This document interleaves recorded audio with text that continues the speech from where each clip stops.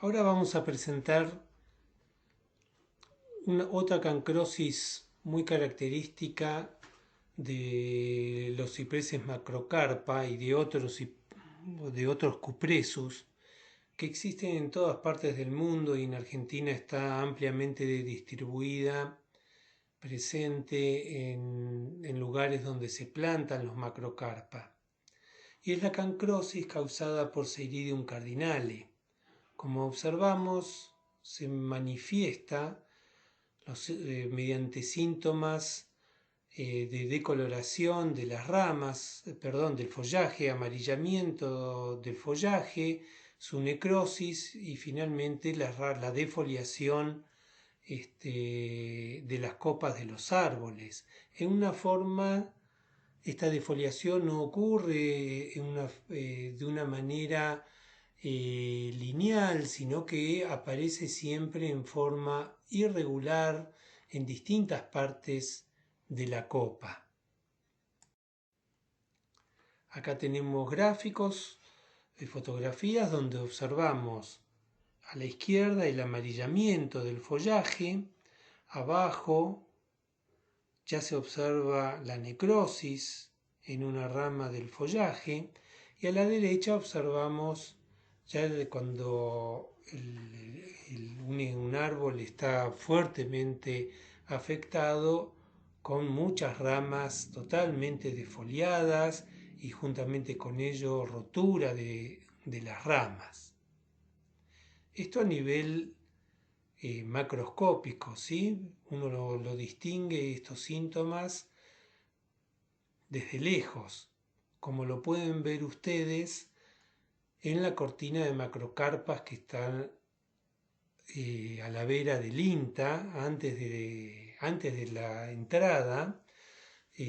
Pueden ir a visitarlo, o pueden verlo en otro video donde hemos tratado ya esta enfermedad, la hemos presentado desde el punto de vista de la búsqueda de síntomas y signos.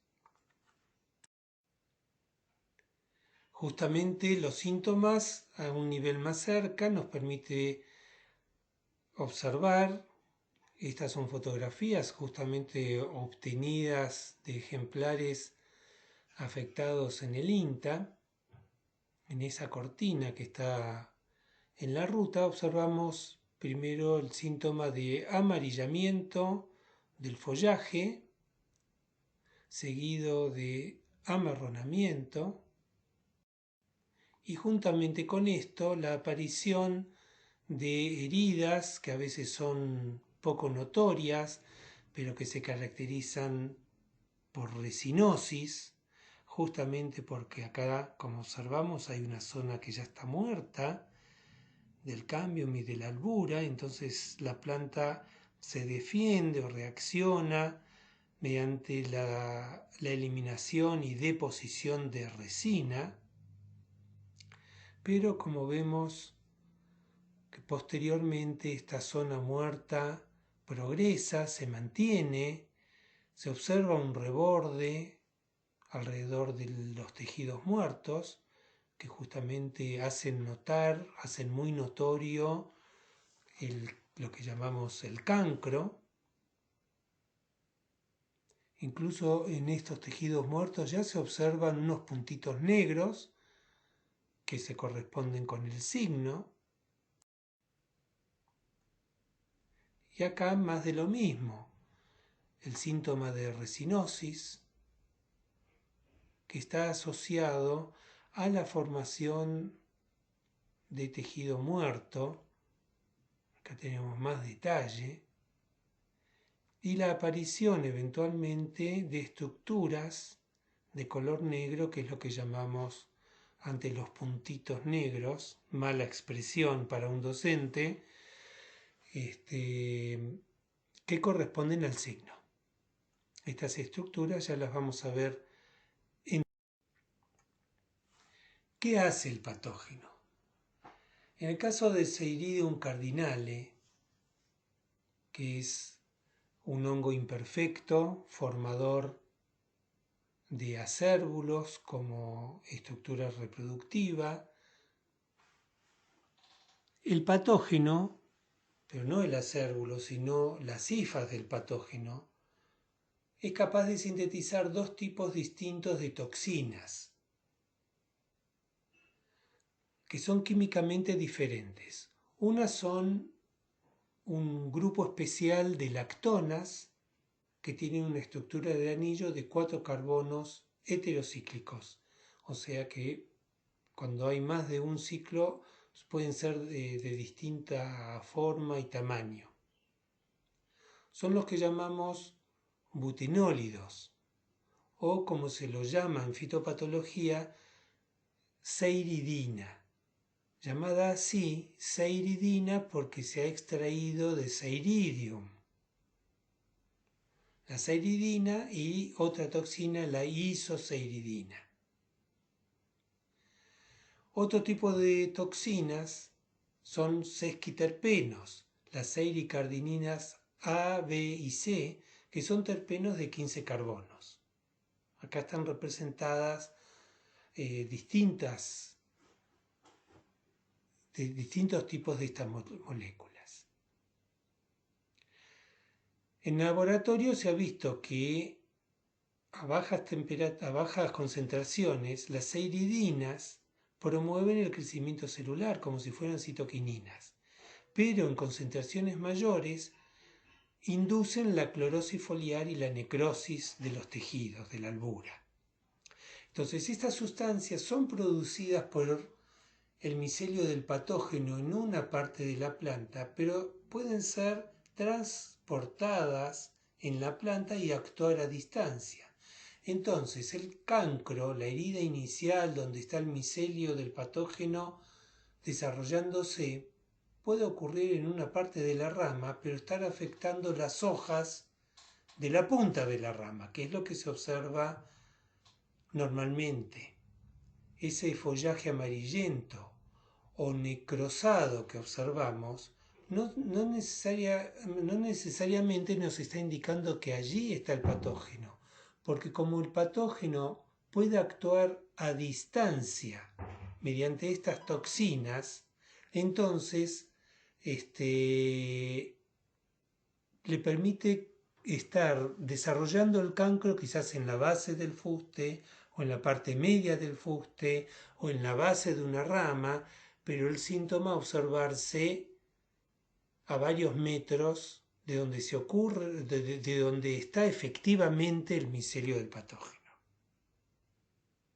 Entonces, justamente cuando uno inocula no el micelio, sino que inocula estas sustancias, inyecta estas sustancias, las seiridinas o las seiricardinas, las inyecta en la albura, puede observar, o se ha verificado experimentalmente, que produce muerte de plantines de 6 a 8 meses o muerte retrogresiva de plantas más grandes.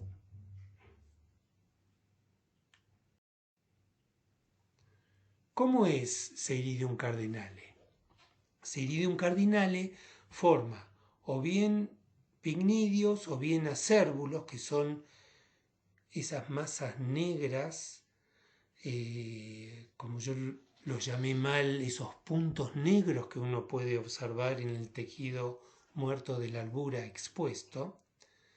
Puede formar acérbulos o bien estas estructuras que son pignidios, en cuyos vientres o en la masa acerbular se forman en la base estas células conidiógenas que forman estos conidios que son muy característicos y fáciles de reconocer. Acá a la derecha tenemos una fotografía con microscopio óptico de barrido donde se observan estos conidios que tienen las partes terminales muy puntiagudas, porque justamente cada uno de los conidios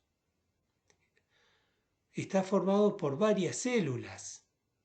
¿Sí? Cuando uno describe la especie dice de 4 a 8 células, por ejemplo, ¿no? De 6 a 8 células. Pero lo que tiene característico los conidios de ese iridium es que las células terminales tienen esta forma mamiforme, puntiaguda, y además son de color transparente, de color hialino, de tal manera que al observar este conidio se distinguen estas células terminales de las otras células que forman el conidio, que son de color oscuro.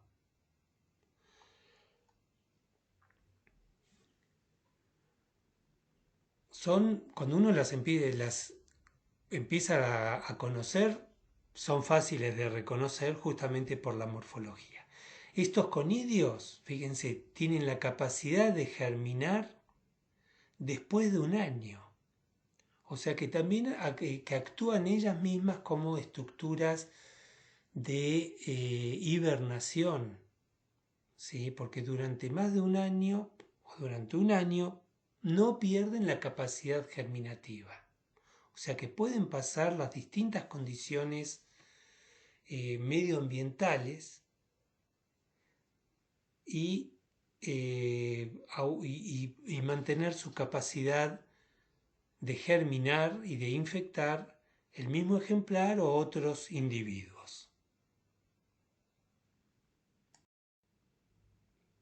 ¿Cuál es la susceptibilidad de distintos cipreses? Esta es una tabla, ya que no tenemos una para Argentina, de susceptibilidad desarrollada en Francia, ¿sí? Esta susceptibilidad está asociada a la sensibilidad a las toxinas que vimos antes. Justamente tenemos muy sensibles, son Cupressus macrocarpa, sempervirens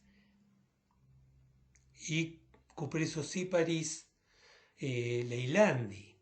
Medianamente sensibles son la Thuja orientalis, Thuja plicata, y resistentes o tolerantes son el Cupressus arizonica, Chamaecyparis lawsoniana, Thuja occidentalis, Juniperus communis, Cupressus glabra de Estados Unidos y Cupressus dupressiana. Justamente cuando uno aplica las toxinas, se observa que en arizónica, que es resistente o tolerante a la enfermedad, la mortandad de Plantus es del 5%. En sempervirens, que es sensible o muy sensible, del 30%. En cambio, en macrocarpa es del 75%. O sea, macrocarpa es la más sensible de todas experimentalmente cuando se aplica directamente la toxina. Ahora bien, además de la susceptibilidad de las toxinas, un mecanismo de defensa que tienen aquellas especies resistentes o tolerantes a la enfermedad es la capacidad de formar una peridermis interna, una pared secundaria de corcho, en forma rápida y eficiente. Y esto es lo que observamos en la fotografía anatómica de lo que ocurre en la albura de una especie resistente a la enfermedad. Acá tenemos en esta fotografía que estoy indicando, en esta parte observamos la albura afectada, y esto que está indicado con WP indica la capacidad de formar una peridermis, que es un concentrado de sustancias fenólicas y de terpenos, que se forma como pared física ante el avance del patógeno y evita que éste progrese. Acá lo observamos de la misma manera, pero con una fotografía de fluorescencia, donde observamos el grosor de esta pared secundaria que va a delimitar la zona afectada en forma eficiente. En cambio, en las especies y variedades susceptibles de cipreses, se forman sucesivamente distintas paredes WP1, WP2, WP3, pero estas se forman,